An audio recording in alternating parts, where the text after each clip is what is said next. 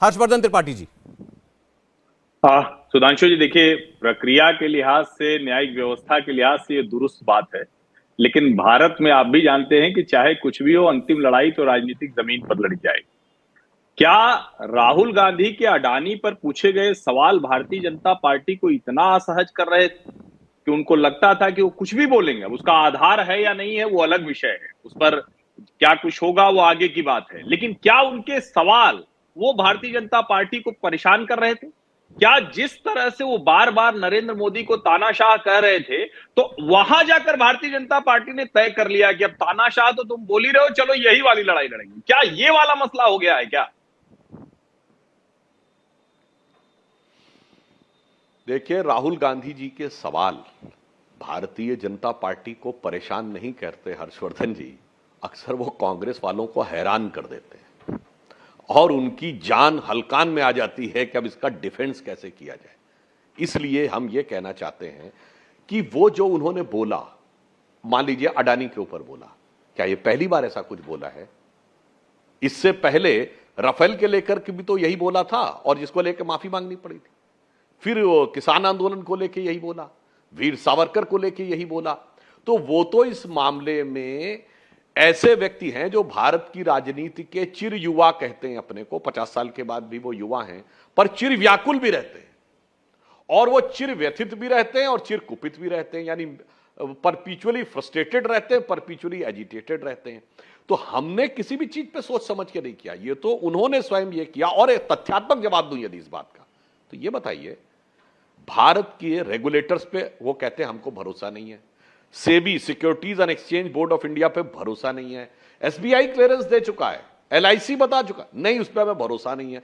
फिर ये कांग्रेस के कौन से सोर्स हैं जिनके आधार पे कांग्रेस को ये पुख्ता जानकारी है कि अडानी ग्रुप में शेल कंपनियों से नंबर 2 का पैसा आया? यदि यह सत्य है तो विगत 7-8 महीनों में सबसे बड़ा पावर प्रोजेक्ट अडानी ग्रुप को मिला है राजस्थान में, 60,000 करोड़ का, सैकड़ों एकड़ जमीन दी है। यानी उनके हिसाब से जिसको वो दिल्ली में आके चिल्ला रहे हैं कि शेल कंपनी क्यों नहीं कैंसिल कर देते भाई? खत्म कर, उल्टा जमीन आवंटित कर दी।